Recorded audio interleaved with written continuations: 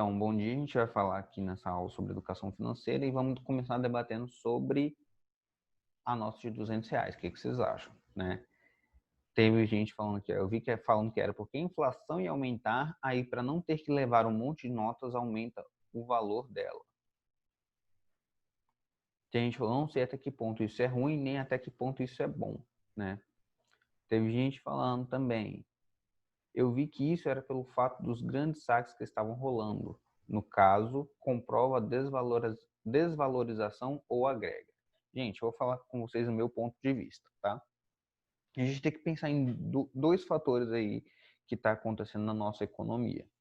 O primeiro é, devido à crise que a gente teve do Covid, né, que fechou o comércio, fechou muita coisa,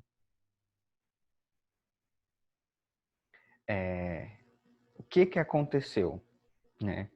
A gente acaba misturando muitos conceitos, né? E o que aconteceu? Muita gente ficou desempregada, muitas empresas precisaram de auxílio, muitas pessoas precisaram de auxílio. Então, o que aconteceu?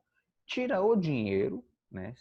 Vamos dizer, o auxílio emergencial é R$ 600, né? O que não é muita coisa, né? Mas R$ 600 para quem estava desempregado, para quem estava em situações de emergência, a gente teve muita coisa que aconteceu. E ainda teve, vamos supor, no início teve auxílio emergencial, né? Começou lá em abril.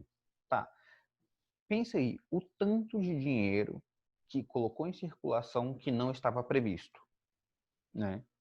Então foi o primeiro mês, abril, foi o segundo mês, maio, foi o terceiro mês, junho, foi o quarto mês, julho, e a gente já está indo para o quinto mês que que o governo está tirando dinheiro, não sei de onde, né? Então, pensa aí, é um dinheiro muito alto que o governo não estava previsto, né, no orçamento ali gastar esse dinheiro.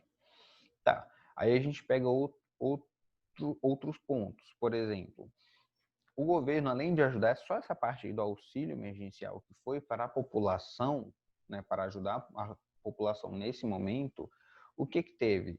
A gente teve aí um auxílio que o governo está dando, ainda que seja pequeno, para as empresas, né? Ou seja, as empresas que têm folha de pagamento renegociaram aí as jornadas de trabalho dos funcionários e houve uma redução parcial da jornada de trabalho equivalente à jornada de trabalho equivalente ao salário, né?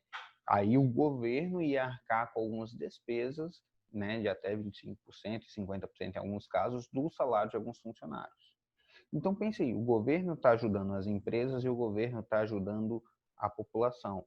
Aí fala, embora esse valor não seja suficiente para salvar as empresas, nem para salvar os, os funcionários, né, as empresas que não são do setor básico e continuaram funcionando normalmente. O que acontece? Houve uma retirada de caixa muito grande, uma retirada de dinheiro muito grande. Aí o Brasil vem, né, com a política monetária dele, estava reduzindo o corte de juros. Para quê? Para estimular o consumo, né? Para estimular a situação econômica, para fazer as pessoas se estimular o consumo, para estimular a produção individual, né? As pessoas tomarem empréstimos, tentarem seus próprios negócios em meio à crise, né? A gente tem aí em plena crise. E o que aconteceu? Então, a gente tem a política econômica de redução de juros, isso favorece as empresas, elas podem se endividar para tentar outros projetos em meio a um momento difícil, né? Isso não garante que seja seguro no futuro, né? Mas você tem um dinheiro mais barato de pegar, né? Eu já venho falando com vocês sobre isso. E aí você tem aquela questão, né? Normalmente, se você diminui a taxa Selic, você estimula o consumo, né? Então, estimulando o consumo, você pode aumentar a inflação. A inflação é a desvalorização do dinheiro, do poder de compra, certo? Desvalorização do poder de compra. Juntou a crise econômica, né, que a gente tinha aqui, interna, que a gente está falando de inflação, taxa de juros, que estava indo bem, tecnicamente, a curto prazo estava indo bem. Juntou a valorização cambial do dólar em relação ao real, por exemplo. Por que teve essa valorização? Porque o dólar é uma moeda forte, moeda americana. A moeda americana é a moeda mais forte em termos comerciais, né?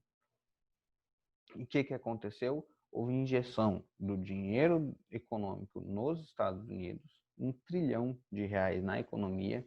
Não sei se vocês viram, mas os Estados Unidos também fez um empréstimo para o Brasil de 60 bi de dólares para que o Brasil conseguisse pegar esse dinheiro para custear despesas, né? Então, mas isso tudo tem um preço. Aí o Brasil vem e lança essa nota de R$ 200. Tá. Qual é o meu ponto de vista? Essa nota de R$ 200, ela vai aumentar a circulação. A gente tem duas opções. O lançamento da nota sem substituição de dinheiro, que provavelmente é o que está acontecendo, ou seja, você está aumentando a demanda de dinheiro, você está aumentando a oferta de dinheiro no mercado brasileiro. E isso, a curto prazo, é bom. Por quê? Porque você vai gerar liquidez para o mercado, você vai conseguir com que as pessoas paguem suas contas, com que as pessoas peguem dinheiro e com que as pessoas resolvam seus problemas agora, né? Mas o impacto disso não vai ser agora, né? Vocês vão perceber que o impacto disso vai ser daqui a 1, 2 anos, onde você vai perceber a desvalorização do poder de compra, o aumento da inflação e a desvalorização do real frente a outras moedas. Então a gente está misturando aí a política interna com a política cambial, tá? Vocês vão perceber aí que a política cambial se torna até um pouco mais complexa. Por quê?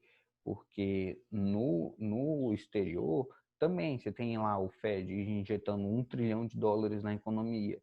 Você tem aí a parte no exterior, lá na Europa, os governos injetando dinheiro na economia. Por quê? Porque senão vai todo mundo quebrar.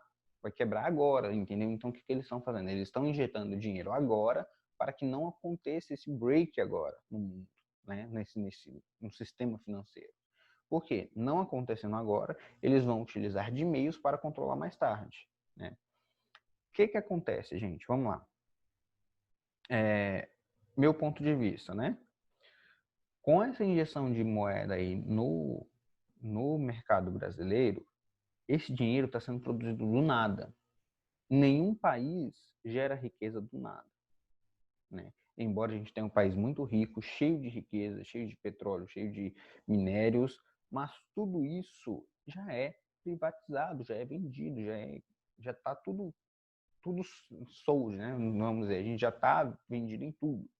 Então a gente não tem tanta riqueza para gerar em meios assim de curto prazo, né? As empresas que são responsáveis já estão fazendo a extração e já está vendido para outros países, né? No caso, China e Estados Unidos, né? E o real sendo inserido, esse dinheiro vai ter que sair de algum lugar, gente. Esse dinheiro vai ter que sair de algum lugar. E sabe de onde vai sair esse dinheiro? Provavelmente de impostos.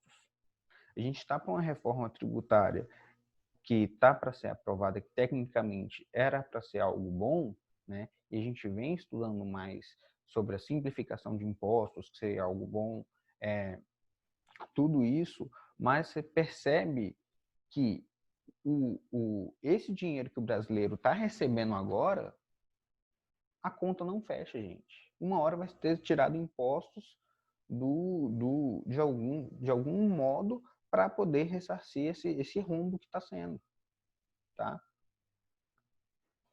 Aí a gente nem vai entrar aqui em questões políticas, né? Porque se a gente for entrar em questões políticas, a gente vai ficar várias aulas comentando sobre isso, né? Mas a questão é, economicamente, para o Brasil, isso é bom agora, tá aumentando a circulação de dinheiro, né? Por quê? Porque vai solucionar o problema das pessoas. As pessoas precisam de dinheiro no comércio, as pessoas precisam de dinheiro para pagar, né? Mas daqui 1, 2 anos vocês vão ver que é provável que a inflação aumente muito, que a desvalorização do dinheiro aumente, né, por causa da inflação, por essa oferta de dinheiro, que a carga tributária aumente para poder custear essas despesas que estão sendo tomadas agora. Esse é o meu ponto de vista. Tem alguém que quer falar alguma coisa, que viu alguma reportagem, alguma coisa que quer compartilhar com a gente?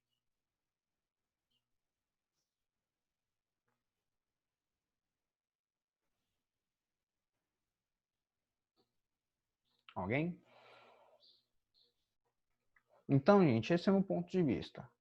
Meu ponto de vista aqui, a princípio, é bom, a gente está gerando liquidez para o mercado, só que no prazo de 1 a 2 anos, a gente vai ver a conta chegar, né? E a conta vai vir por meio de impostos, vamos ver, já começou o debate lá na Câmara para a criação de impostos sobre transações digitais, né? No caso aí, as transferências hoje que a gente faz aí que não tem custo nenhum, por exemplo, eu transferi de um banco digital para outro, transferi de um banco digital para um banco físico, que é a TED, por exemplo, ela não tem custo nenhum, e está debatendo a criação de um imposto, ainda que pequeno, sobre essas transações financeiras para aumentar o caixa, né? Ele quer taxar aquilo.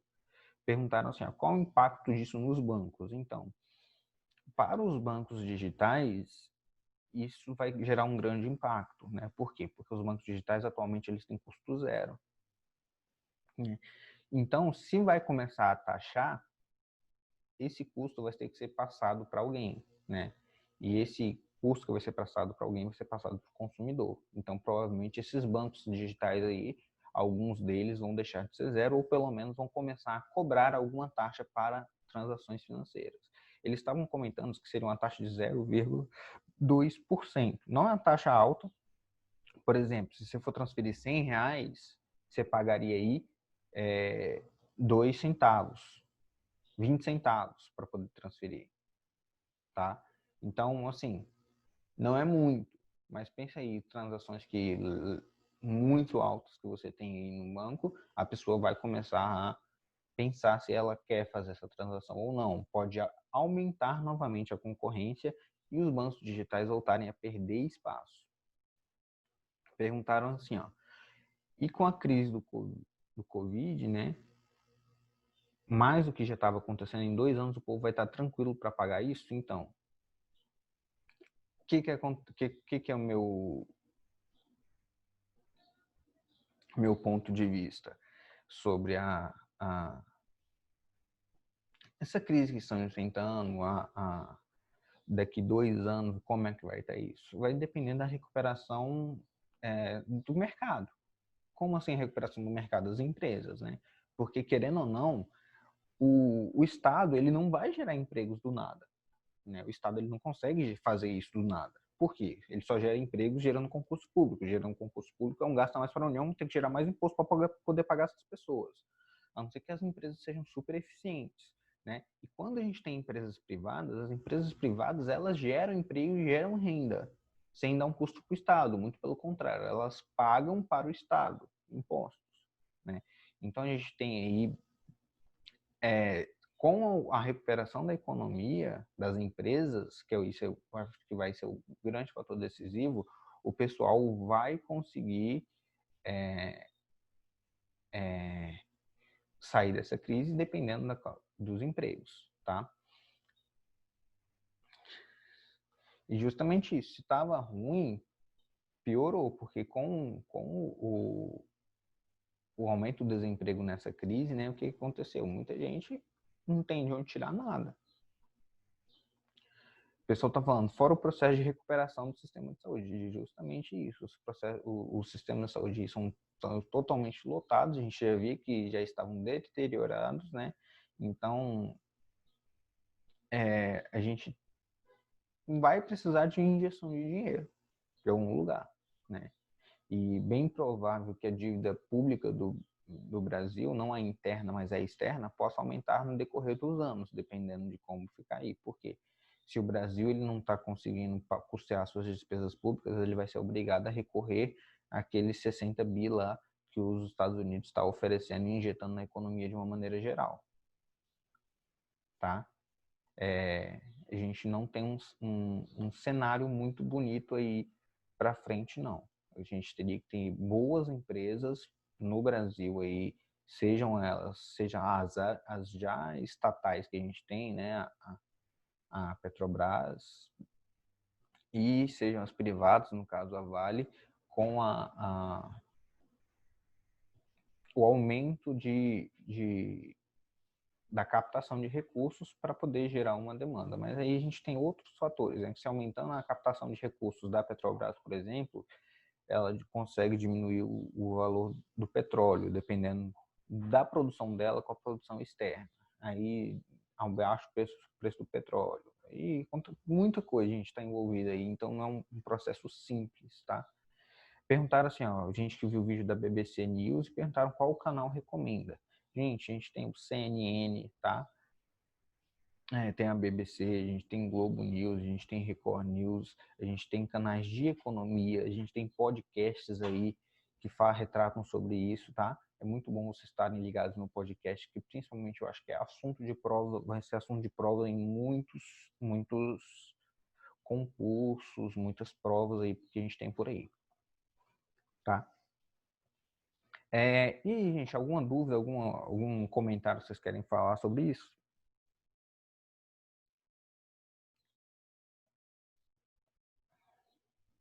Se quiser abrir o microfone para debater junto comigo, pode ficar à vontade, tá bom?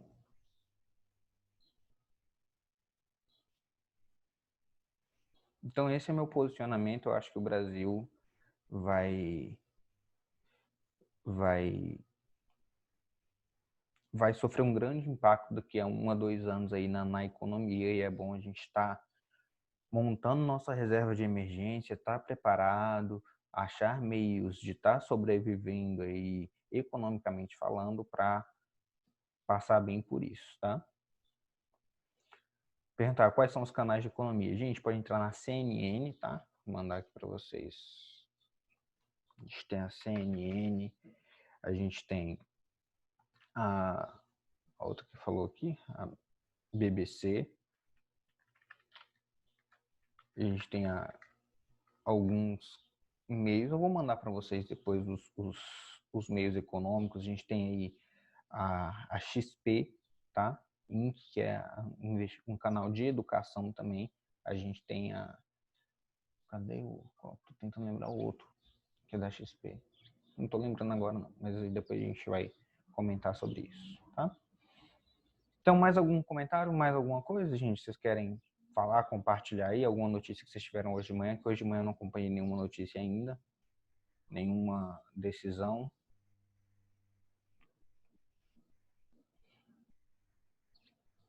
Então, vamos lá. Para quem gosta dessa parte de política um pouco, a gente sabe que a reforma tributária está sendo posta em discussão lá na Câmara dos Deputados, né?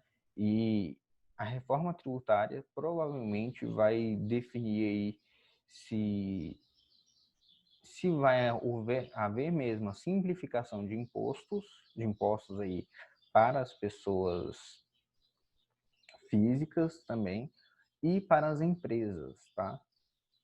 A reforma tributária, muitos empresários estão vendo ela com bons olhos, mas vamos ver aí se vai mesmo ser algo bom para o Brasil. Então, primeira coisa que eu queria falar com vocês da aula de hoje, não sei se vai dar tempo da gente ver tudo, mas falando justamente sobre essas cargas tributárias, muita coisa aí que a gente vai ver. Queria saber de vocês, qual a diferença aí entre poupar, investir e trade? Alguém sabe me dizer? Poupar, investir e trade.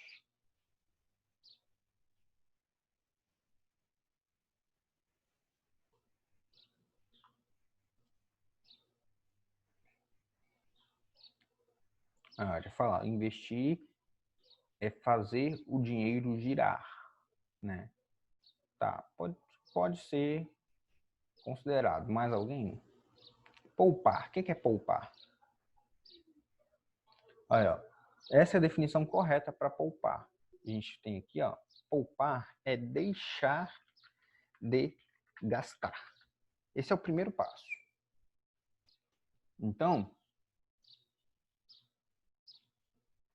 a gente pode colocar aqui, poupar seria deixar de gastar, ou o que a gente fala também, guardar, tá? Poupar é guardar. Então, quando você deixa seu dinheiro lá na poupança, não é bem um investimento. Você está fazendo o quê? Deixando de gastar, você está guardando, tá? Vamos lá.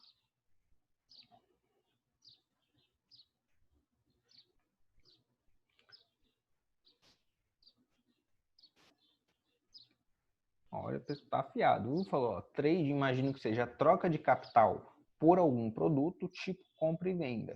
Então, trade está justamente relacionado a isso, a compra e venda.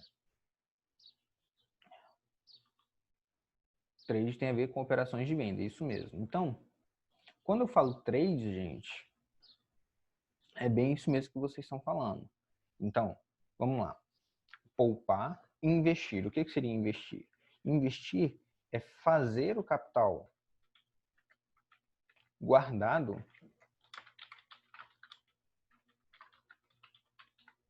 gerar renda. Ou que a gente pode falar gerar juros. Tá? É isso. Isso que é investir. E o que seria o trade? O trade é a compra e venda. Para a pessoa ter lucro, ela compra mais barato e vende mais caro. Ou ela faz o processo contrário, né? Ela vende mais caro e compra mais barato. A gente tem essas duas opções. Tá, mas você está falando isso só no mercado financeiro? Não. Existem pessoas que fazem trades com boi, compram um boi, depois passa um mês, vai lá e vende o boi. Né? Pega, compra um porco, passa 2 meses, vai lá e vende o porco. Né? Acontece isso. A pessoa vai lá, compra um carro, vai lá, passa uma semana, vende o carro. O que a pessoa está fazendo? A pessoa está fazendo um trade. Né? Então isso a gente considera que a pessoa ela é uma trader. Né? Ela pode não ser uma trader no mercado financeiro, mas a pessoa ela é uma trader. Então é justamente isso que vocês falaram comigo. Traders são operações que a gente faz de compra e venda, né? Pode ser boi, pode ser porco, pode ser no mercado financeiro, ações, opções, índices, muitas coisas que a gente tem no mercado financeiro aí. Então, investir é fazer o capital guardado gerar renda, gerar juros. Né? Qual a diferença aqui entre cada um deles? Olha só, ficou bem claro, né? O trade você está fazendo a compra e vendendo. Investir é fazer o capital guardado gerar renda. Então, posso falar que investir é a mesma coisa que trade? Não. Investir tem que gerar renda. No trade, você pode acontecer que um trade seu dê errado. Né? Um trade você saia perdendo. Então, se você está perdendo, você não está fazendo um investimento. Né? Você está fazendo um trade, você está fazendo uma operação de compra e venda. Você está assumindo riscos ali para que você ganhe alguma coisa naquele processo. Né? Então, queria definir isso aqui. Depois que a gente definir isso aqui, a gente pode ir para o próximo. Aí, ó, 30 operações compra e venda. Ele tinha um mentor para guiar ele no mercado financeiro. E tem justamente isso, gente. Tem gente aí no mercado financeiro que é paga para isso. Né? Você paga a casa de research para saber que horas você tem que comprar e vender ações. Né? Muita gente faz isso. Beleza. E agora a gente vai aqui uma questão que a gente estava já comentando. Por que existem impostos? Alguém sabe me falar aí por que existem impostos? Tá falando, o trade se aplica para tudo que eu compro? Sim, o trade se aplica para tudo que você compra e vende. Se você foi lá no supermercado, comprou uma caneta por R$1, aí chegou no dia do Enem, você tá lá na porta da escola e vendeu essa caneta por 5, você fez um trade, certo? Então, trade é isso, você está arriscando. Você pode não vender aquela caneta e ficar com a caneta. Você praticamente, se você já tinha caneta, você perdeu R$1 da caneta, né? Mas, se você vendeu, você consegue dinheiro com aquilo. Certo? Então, tá atrapalhando o barulho aí do carro da rua?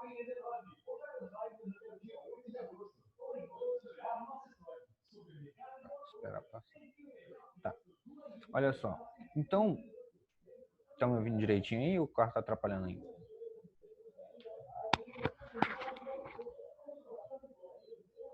Beleza. Então é importante, gente, a gente definir o seguinte. Se eu compro, olha só, a diferença entre trade e produzir um produto para venda, né? Que aí seria diferente. Se eu compro obras-primas, transformo esse produto e vendo, isso não é um trade.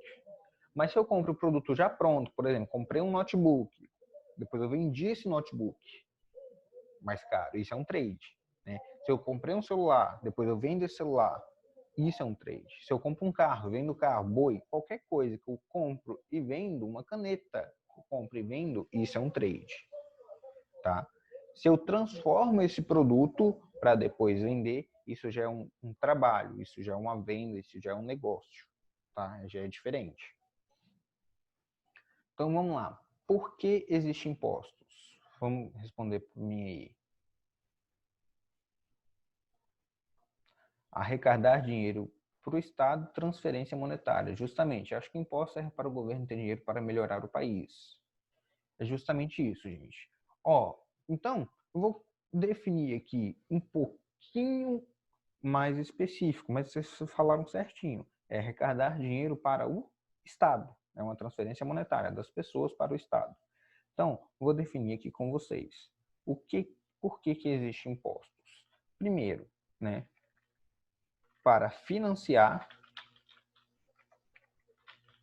as despesas vamos colocar, as despesas públicas, né? É o primeiro ponto que a gente tem. Então, se é financiar as despesas públicas, hoje, né, os impostos servem para saúde, educação, saneamento, para financiar os custos de funcionalismo, né,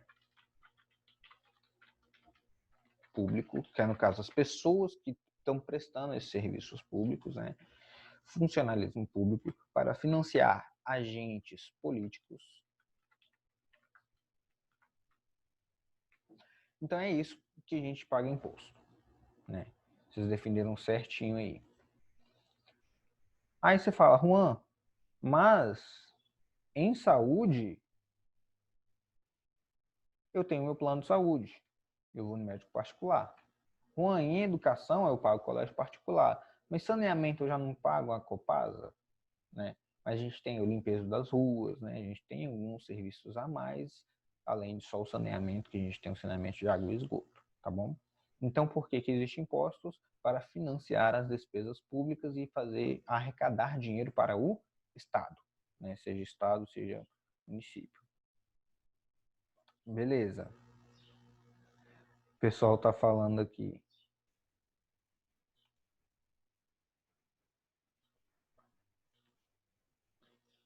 Justamente, a gente deveria ter o dinheiro da arrecadação servindo para melhorar o país. Só que a gente tem vários aí fatores que não permitem, né, gente?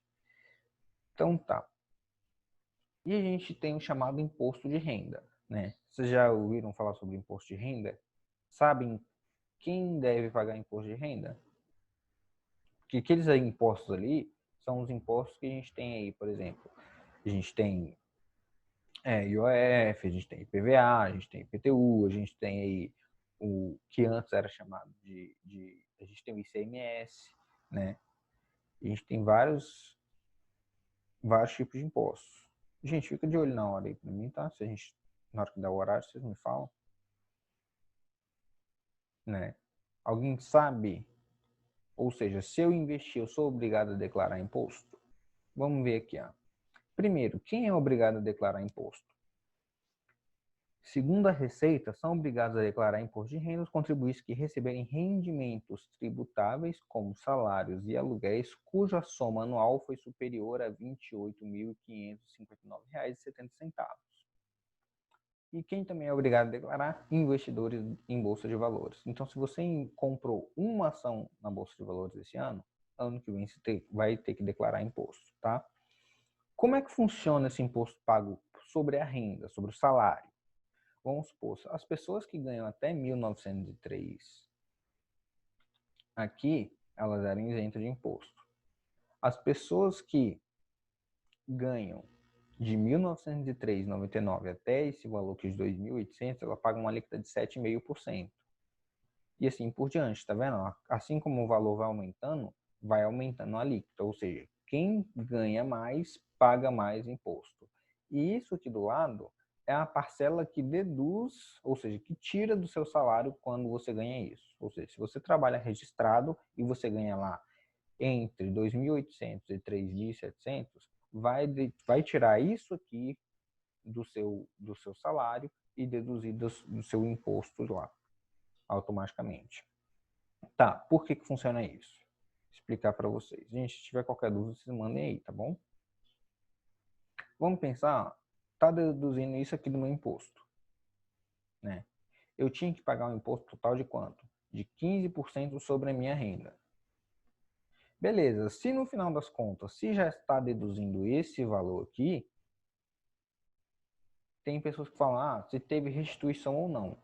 E como é que funciona isso? Se está deduzindo nessa parcela, eu vou ver se o somatório de todas essas parcelas em todos os meses deu os 15% de quanto que eu ganhei em todo ano, certo?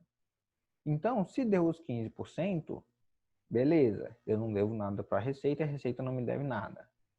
Se o que eu fiz, o que eu paguei de imposto, ele foi maior do que eu devia, aí eu recebo no próximo ano a restituição do imposto de renda. Se eu paguei menos imposto do que eu devia, eu tenho que pagar imposto de renda. Então é basicamente isso que acontece, tá? E como é que funciona, Juan? Funciona assim, ó, você vai pagar 7,5% desse valor aqui, certo? O que exceder esse valor aqui vai entrar nessa alíquota. O que exceder esse valor aqui vai entrar nessa alíquota. Então é basicamente isso que acontece. Tem cada parcela dedutível uma parte do salário. Beleza.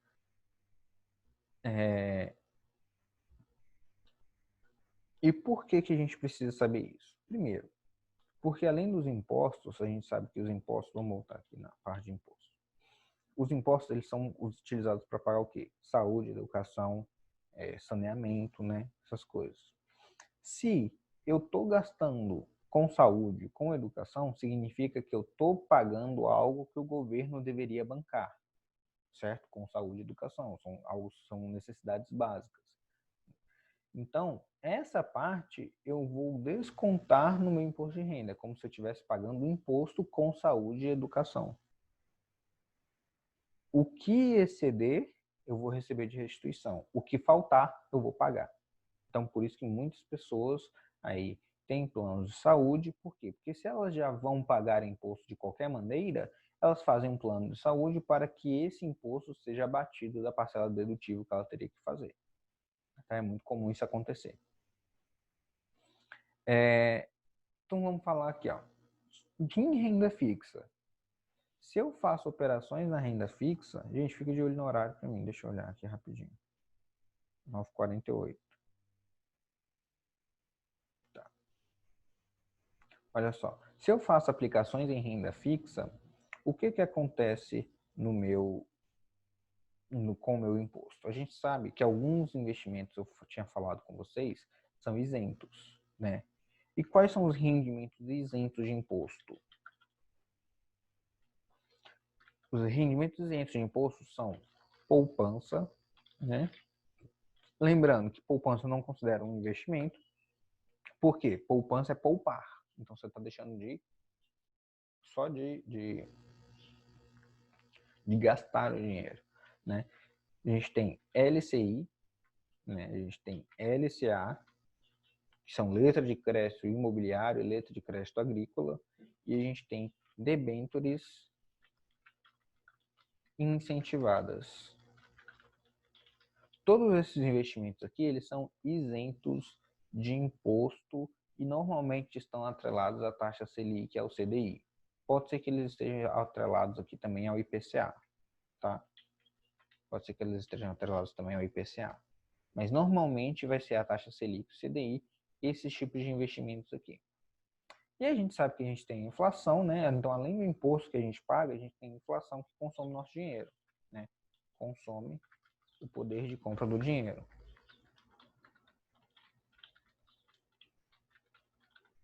Já que a gente tem a inflação que consome o poder de compra do dinheiro, se eu for pensar de uma maneira geral, vou passar para o próximo slide, tá? Quem está copiando. O rendimento real do meu investimento, ele vai ser calculado assim, ó. Vou pegar 1 mais a taxa que meu investimento rendeu, já livre de imposto, dividido por 1 menos a inflação, e vou subtrair isso de menos 1. Então, vamos fazer a conta aqui rapidinha. Vamos pensar aí. Hoje, né, a poupança está rendendo, vamos pegar a poupança, vamos pegar o Tesouro Selic, está rendendo 2,25% ao ano, né? Então, vamos colocar 1 mais 2,25%, 0,0225. É isso aqui. Tá. Se eu dividir isso pela inflação acumulada do ano, vamos colocar que a inflação deu 3%, né? Então, seria 1 menos 0,03. Eu fizer essa divisão aqui, eu vou subtrair essa divisão, restar essa divisão por 1, certo? Vamos fazer a conta aqui rapidinho. 1,00.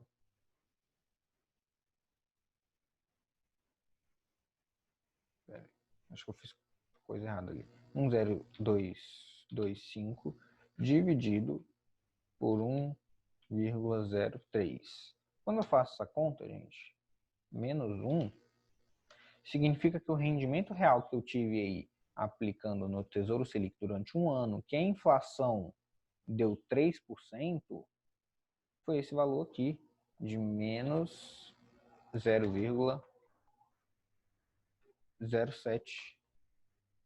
Vou colocar mais uma casa assim, ó, 0,728. Então, isso representa aproximadamente seu dinheiro perdeu o poder de compra.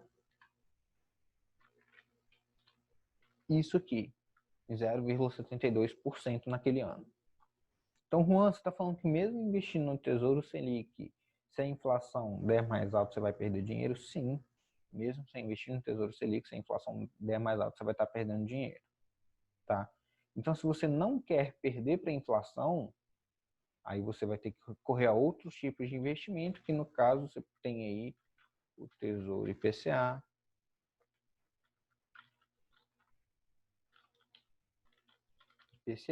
que ele sempre vai te pagar a inflação, que é IPCA, mais uma taxinha fixa aí, ou 3%, 2%.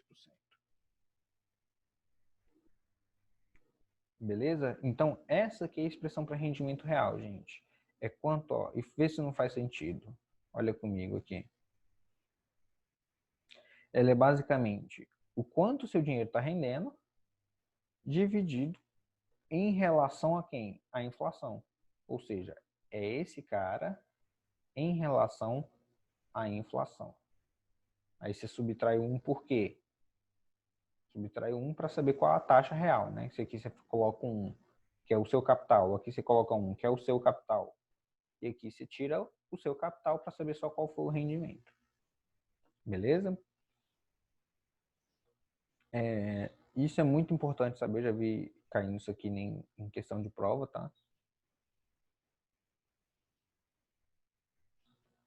Queria saber de vocês. Alguma coisa, alguma dúvida, algum questionamento?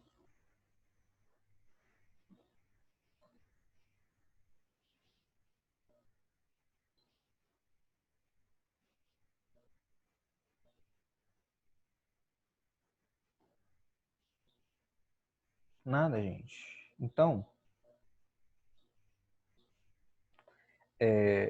a gente falou aí de renda fixa hoje, sobre impostos na renda fixa.